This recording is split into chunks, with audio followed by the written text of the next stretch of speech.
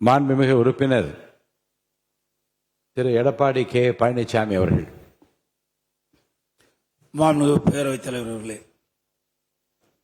பொன்மனச்செம்மல் புரட்சித் தலைவர் எம்ஜிஆர் அவர்களையும் இதயம் புரட்சித் தலைவி அம்மா அவர்களையும் வணங்கி நடைபெற்று முடிந்த சட்டமன்ற பொதுத் தேர்தலில்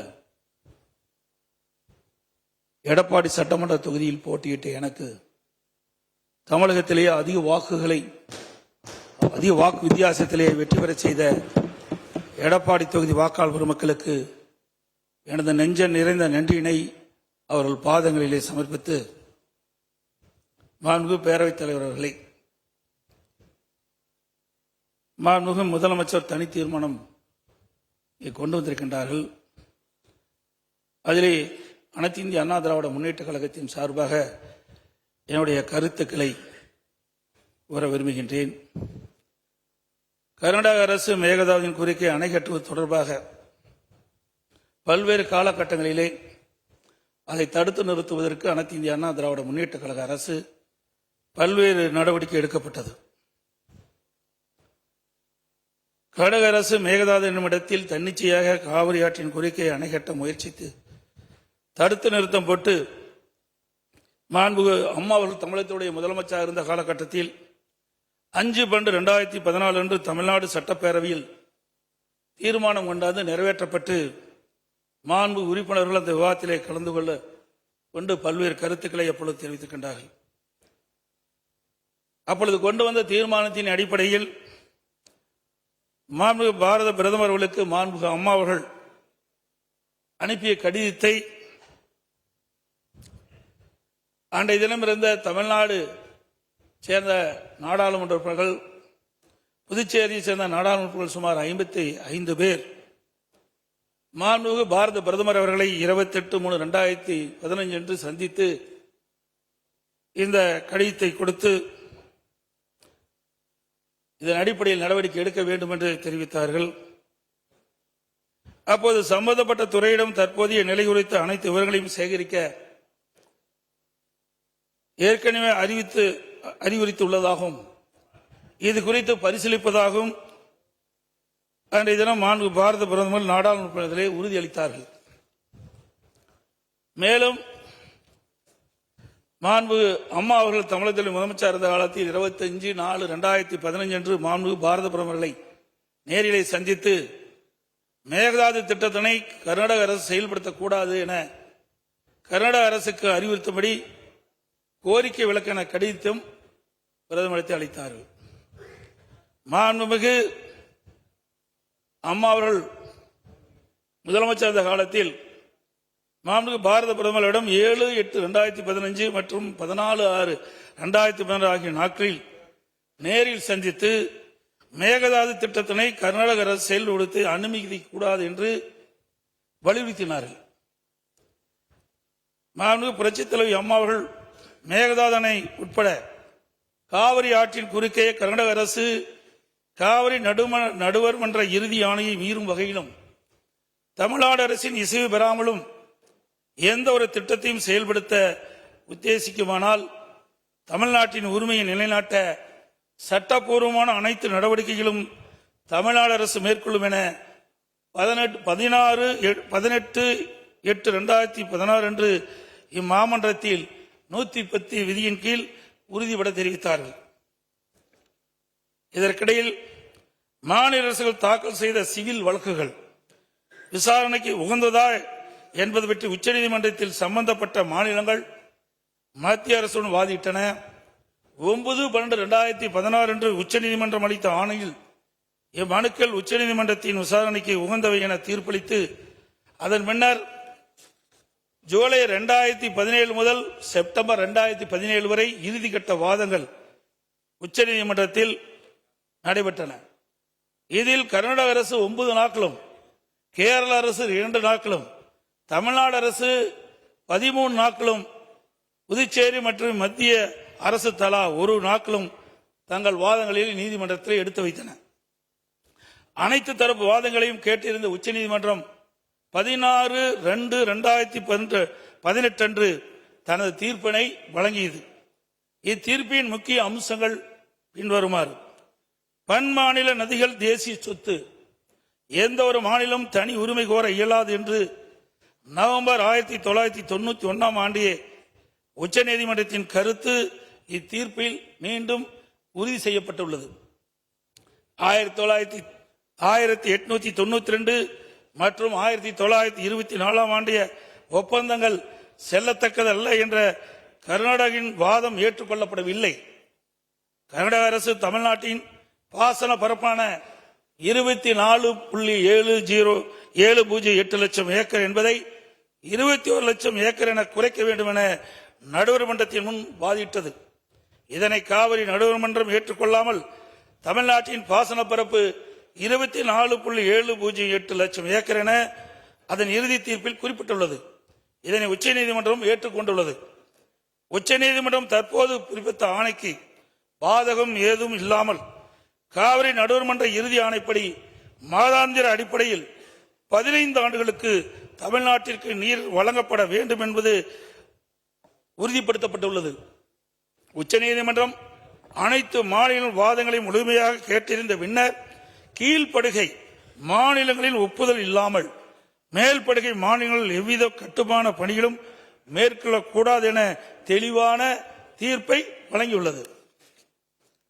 மேகதாது திட்டத்தை செயல்படுத்தக்கூடாது என்ற நமது நிலைப்பாட்டை உச்சநீதிமன்ற தீர்ப்புக்கு முன்னரும் பின்னரும் 25/2/2017, 27/2/2017, 4/9/2018, 8/10/2018 மற்றும் 2/11/2018 ஆகிய நாட்களில் நான் முதலமைச்சர் இருந்த காலத்தில் மாண்பு பிரதமர் அவர்களுக்கு கடிதங்கள் மூலமாகவும் நேரடியாகவும் சந்தித்து அணை கட்டுவதற்கான அனுமதியை மத்திய அரசு வழங்கக்கூடாது என்பது தொடர்ந்து வலியுறுத்தி கேட்டுக் கொள்ளப்பட்டது.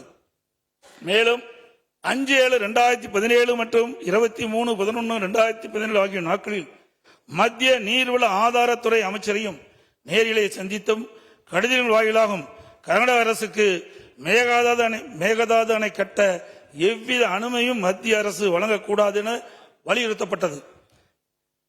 ஏற்கனவே உச்சநீதிமன்றம் பெங்களூர் நகரின் குடிநீர் தேவை உட்பட பிற பயன்பாட்டுக்காக 14.75 டிஎம்சி அடி நீரை கர்நாடக அரசுக்கு கூடுதலாக அளித்து உத்தரவிட்டுள்ளது. இந்நிலையில் மீண்டும் பெங்களூரின் குடிநீர் தேவைக்கென 67 டிஎம்சி அடி நீர் கொள்ளளவு கொண்ட மேகதாது அணையை கட்ட கர்நாடக அரசு முயற்சிப்பது தமிழ்நாட்டை பாலைவனமாக்கும் உள்நோக்கம் கொண்ட ஒரு செயலாகும். எனவே இவ்வணை கட்டப்பட்டால் தமிழ்நாடு மக்களின் வாழ்வாதாரமும் உரிமையும் கடுமையாக பாதிக்கப்படும். மேலும் நீர் பற்றாக்குறை ஏற்படும் ஆண்டுகளில் கடந்த காலங்களைப் போலவே காவிரி நீரை முழுமையாக தனது உபயோகத்திற்காக கர்நாடக பயன்படுத்தும் நிலை உருவாகும்.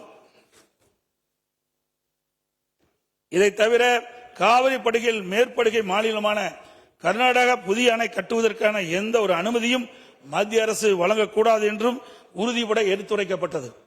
மேலும் உச்சநீதிமன்ற ஆணைக்கு எதிராக கர்நாடக அரசின் மேகதாது திட்டத்திற்கான விரிவான திட்ட அறிக்கைக்கு அனுமதி வழங்கிய மத்திய நீர்வள குழுமத்தின் தலைவர், கர்நாடக நீர்வளத்துறை அமைச்சர் மற்றும் கர்நாடக உயர் அதிகாரிகள் மீது நீதிமன்ற அமைப்பது வழக்கு கண்டெம்ப்ட் ஆஃப் கோர்ட் எனது உத்தரவின் பேரில் 5/12/2012 உச்சநீதிமன்றத்தில் தாக்கல் செய்யப்பட்டது.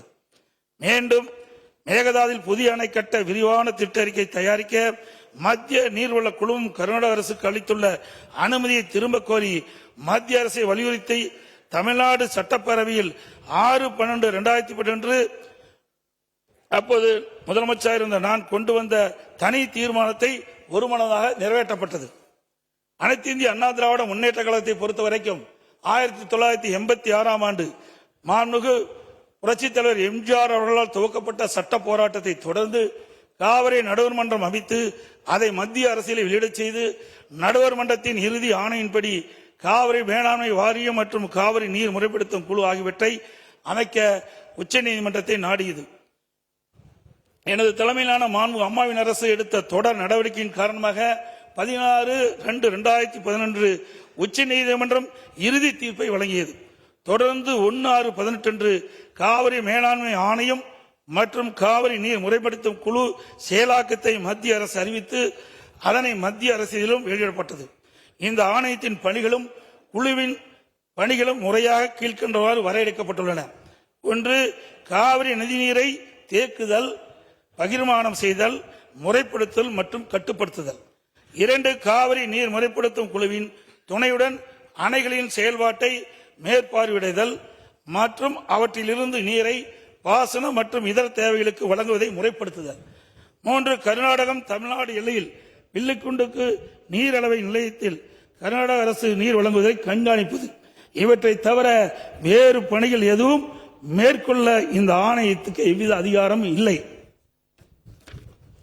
இந்நிலையில் 1/2/2024 அன்று ஆணையத்தின் வரையறுக்கப்பட்ட பணி வரம்புக்கு அப்பாற்பட்டு மேகதாது அணை கட்ட பற்றிய விவாதத்தை 28வது காவிரி மேலாண்மை ஆணைய கூட்டத்தில் அறிவித்தது.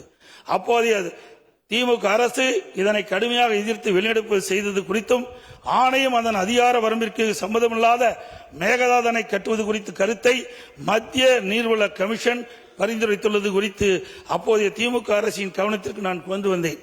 குறிப்பாக 14/2/2024 அன்று சட்டமன்றத்தில் நான் எங்களது ஆட்சி காலத்தில் கர்நாடக அரசு மேகதாது அணை கட்டுவது குறித்து விவாதிக்கும் அதிகாரம் ஆணையத்திற்கு இல்லை என்றும் 2018ஆம் ஆண்டு மேகதாது அணை குறித்து பிரச்சனை மத்திய நீர்வள கமிஷன் பார்வைக்கு சென்றபோது எனது அரசு 5/12/2018 அன்று மத்திய நீர்வள கமிஷன் என்ற இயக்குநர் மீது உச்சநீதிமன்றத்தில் நீதிமன்ற அவமதிப்பு வழக்கை தொடர்ந்து என்றும் இன்னும் அவ்வழக்கு நிலுவையில் உள்ளது என்றும் திமுக அரசு தொடர்ந்து நடத்திட வலியுறுத்தியதோடு தமிழக நலன் பாதுகாக்கப்பட வேண்டும் என்பதையும் உறுதி செய்யும் வலியுறுத்தப்பட்டது. இந்த நிலையில நாம் ஏற்கனவே உச்சநீதிமன்றம் அளித்த தீர்ப்பு நமக்கு ஒவ்வொரு ஆண்டும் கர்நாடக அணையில் இருந்து 177.25 டிஎம்சி தண்ணீர் திறக்கப்பட வேண்டும். ஆனால் அவர்கள் முறையாக திறக்கப்படுவதே இல்லை. ஒவ்வொரு மாதம் நாம் போராடிதான் கர்நாடக அணையிலிருந்து தமிழ்நாட்டிற்கு தண்ணீரை பெற்று வந்து கொண்டிருக்கிறோம் என்பதையும் நேரத்தில் சுட்டிக்காட்ட விரும்புகின்றேன். இந்த நிலையில 2024ஆம் ஆண்டு கர்நாடகாவில் மாண்புமிகு முதலமைச்சர் சீதாராமையா முதலமைச்சர் பதவி வைத்தபோது துணை முதலமைச்சராக நீர்ப்பாசனத்துறை பொறுப்பு வைத்த மாண்புமிகு துணை முதலமைச்சர் சிவகுமார் அவர்கள் 16/2/24 கர்நாடக பட்ஜெட்டில் காவிரி ஆற்றின் குறுக்கே மேகதாது அணை கட்ட பல ஆயிரம் கோடி ரூபாயை ஒதுக்கியுள்ளதாகவும் அறிவித்தார். அனைத்து இந்திய அண்ணா திமுக சார்பில் இதை அப்பொழுதே கடுமையாக எதிர்ப்பதுடன் அப்போதைய திமுக அரசு உடனடியாக சட்ட நடவடிக்கை எடுக்க வேண்டும் என்றும் வலியுறுத்தப்பட்டது. இந்நிலையில் கர்நாடக அரசு மேகதாது அணை கட்ட தயாரித்து அனுப்பிய திட்ட அறிக்கையில் உள்ள குளறுபடிகளை சுட்டிக்காட்டி மத்திய அரசு திருப்பி அனுப்பிய நிலையில் மத்திய அரசு குறிப்பிட்டுள்ள குறைகளை நிவர்த்தி செய்து 12/6/2026 அன்று கர்நாடக முதலமைச்சர் அவர்கள் சுற்றுச்சூழல் அனுமதியை பெற மாண்புமிகு பாரத பிரதமரிடம் மீண்டும் நேரில் ஒரு அறிக்கையை வழங்கியுள்ளதாக செய்தியில் வெளியாகியுள்ளன. இரு மாநிலங்களுக்கிடையே உள்ள நல்லுறவை சீர்குலைக்கும் விதமாக தற்போதைய கர்நாடக அரசு மேகதாதுவில் காவிரியின் குறுக்கே அணை கட்ட முழு மூச்சில் முயற்சிப்பது கண்டிக்கத்தக்கது. நீண்ட நெடுங்கால சட்ட போராட்டத்துக்கு பின்னர் நிலைநிறுத்தப்பட்ட தமிழ்நாட்டு மக்களின் அடிப்படை உரிமைகளையும் டெல்டா விவசாயிகளின் வாழ்வாதாரத்தையும் 20 மாவட்டத்துக்கு மேலாக குடிநீர் ஆதாரமாக விளங்கும் காவிரி ஆற்றில் நமக்குள்ள உரிமையை பேணி காக்க வேண்டியது நாம் எல்லோரின் கடமையாகும். கர்நாடக அரசு காவிரி நடுவர்மன்றம் 5/2/2007 அன்று அளித்த இறுதி தீர்ப்பை மதிக்காமலும் 16/2/2018 உச்சநீதிமன்றம் அளித்த இறுதி தீர்ப்பை மதிக்காமலும் தன்னிச்சையாக மேகதாதுவில் அணை கட்ட நிதி ஒதுக்கீடு செய்தும் திருத்திய தொழில்நுட்ப திட்ட அறிக்கை மீண்டும் இம்மாதம் மத்திய அரசிடம் சமர்ப்பது கண்டிக்கத்தக்கது அனைத்து இந்திய என்பதை இந்த நேரத்தில் தெரிவித்து அனைத்து இந்திய அண்ணா திராவிட முன்னேற்ற கழகத்தின் சார்பாக மாண்புமிகு முதலமைச்சர் அவர்கள் கொண்டு வந்த அரசின் தனி தீர்மானத்தை ஒருமனதாக ஆதரிக்கும்.